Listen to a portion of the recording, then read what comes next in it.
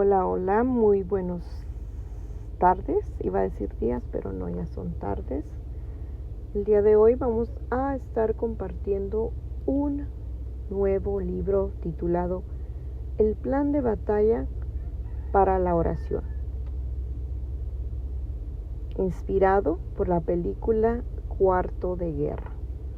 Y el día de hoy vamos a leer el capítulo número 1, titulado El legado de la oración. Oh tú que escuchas la oración, hasta ti viene todo hombre. Salmo 65:2. Oh tú que escuchas la oración, hasta ti viene todo hombre. La oración tiene todo el alcance del poder de Dios. Es un don hermoso, misterioso y que inspira reverencia. No hay mayor privilegio que poder hablar personalmente con el Dios Todopoderoso y que Él atienda nuestro ruego. No hay problemas al que la oración no pueda hacerle frente, porque nada es demasiado difícil o imposible para Dios. Y no hay mejor legado que podamos dejar que Él dé la fidelidad en la oración. Entonces, no debería sorprendernos descubrir que en la Biblia los hombres y las mujeres más exitosos en lo espiritual siempre fueron personas de oración. Abraham caminó por fe, pero fue guiado en oración, y las naciones del mundo nunca fueron las mismas gracias a esto. La intercesión de Isaac a favor de su esposa estéril dio como resultado el nacimiento de Jacob, que se transformó en el padre de la nación de Israel. Génesis 25:21. Moisés habló con Dios como habla un hombre con su amigo y recibió la guía y la revelación del Señor para sus decisiones en el liderazgo.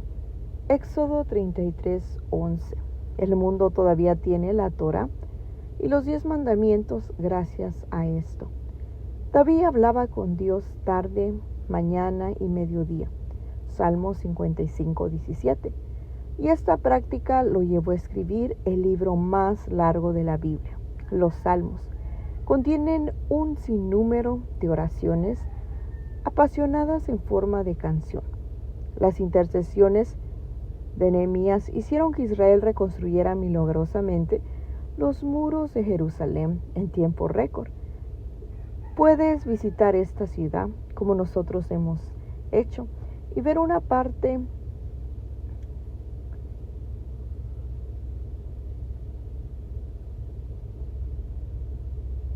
del muro de Nehemías que sigue en el pie hasta hoy. Daniel valoraba tanto su tiempo con Dios que lo consideraba una prioridad 3 veces al día. Estuvo dispuesto a sacrificar su vida antes de abandonar su tiempo de oración. Desde José hasta Jeremías y de Ana a Oseas, la escritura está repleta de personas que descubrieron que Dios verdaderamente escucha y responde a los que se acercan a Él con fe. Elías fue un ejemplo vivo de la oración respondida y se transformó en una inspiración para los creyentes del Nuevo Testamento. Santiago 5:16-18. Sin embargo, el modelo y el maestro supremo de la oración sigue siendo Jesucristo. Después de su nacimiento, a Jesús y su familia lo recibió en el templo.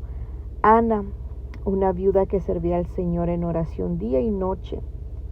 Cuando Jesús comenzó su ministerio público, se levantó de las aguas del bautismo. Los cielos se abrieron y el Espíritu Santo descendió mientras él oraba. Lucas 3:21-22. Antes de elegir sus discípulos, Jesús pasó la noche orando a Dios. Mientras los seguían, ellos fueron descubriendo su hábito privado de levantarse temprano y orar antes que saliera el sol.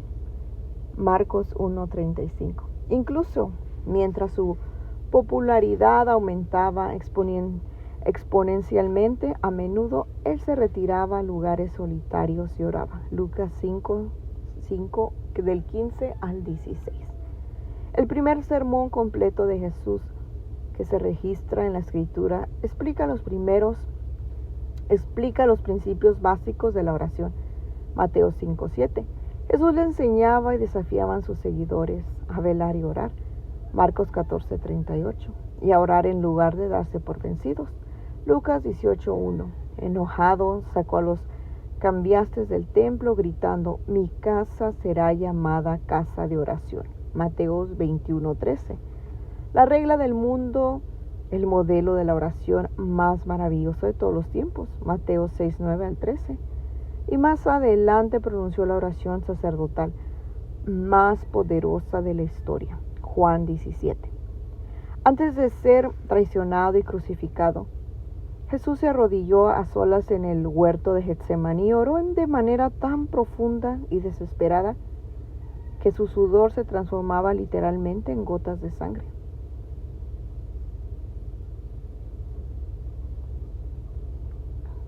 Lucas 22:44. Incluso mientras sufrirá, agonizaba sobre la cruz. Oró en voz alta 3 veces antes de exhalar su último aliento. Más adelante, luego de ascender al cielo, envió a su Espíritu para que llenara a los creyentes y los llamara específicamente a una oración más eficaz. Romanos 8:15 al 16. Ahora, como nuestro sumo sacerdote, Jesús está a la diestra del Padre y vive intercediendo por nosotros. Hebreos 7:23 al 28.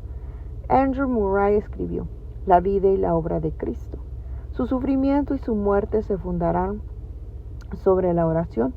Depender solamente de Dios el Padre, confiar en Él, recibir de Él y rendirse a Él. Su redención fue posible gracias a la oración y la intercesión. La vida que Jesús vivió por ti y que vive en ti es una vida que se deleita en esperar en Dios y recibir su parte. Orar en su nombre es orar como Él oró. Cristo es nuestro ejemplo porque es nuestra cabeza.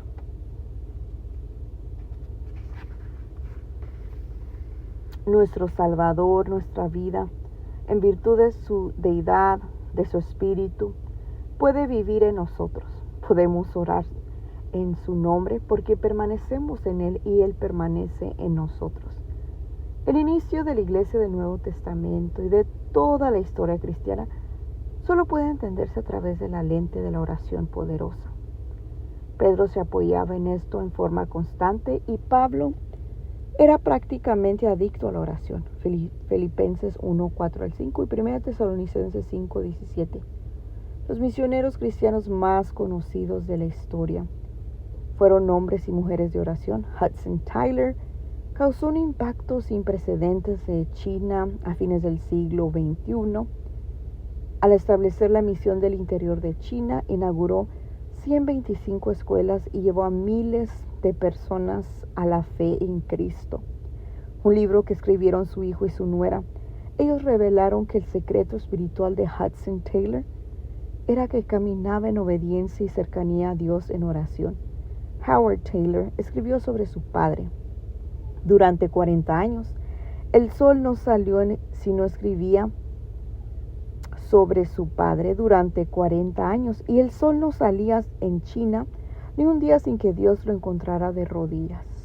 En Inglaterra, un hombre humilde llamado George Muller estuvo al frente del orfanato Ashton Down en Bristol y cuidó más de 10,000 huérfanos a lo largo de su vida. Lo hizo sin pedirle dinero a nadie, oraba en secreto y observaba cómo Dios proveía en público.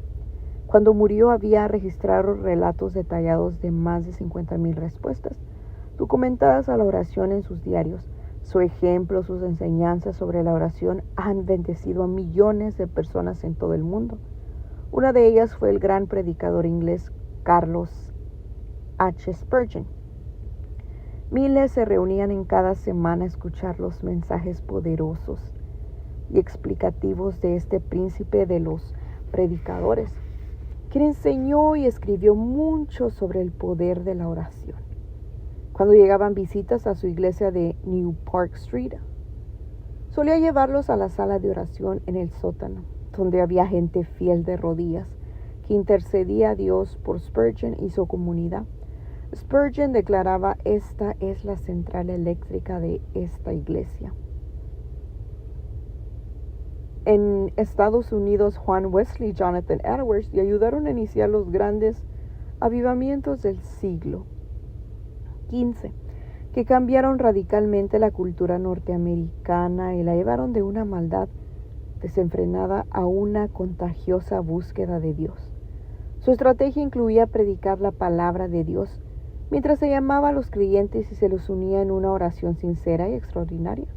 Y estos ejemplos son solo una gota en el océano de personas que a través de los años han descubierto y experimentado a Dios de rodillas. Cada uno ha recibido un rico legado del poder y la importancia de la oración, tanto en la Escritura como en la historia cristiana.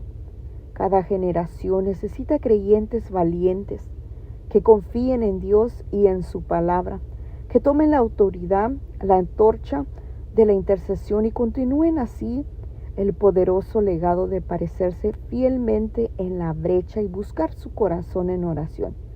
Esperamos que cada capítulo de este libro enriquezca tu relación con el Señor y te prepare para caminar más cerca de Él mientras te transformas en un guerrero de oración, más comprometido y eficaz para su gloria.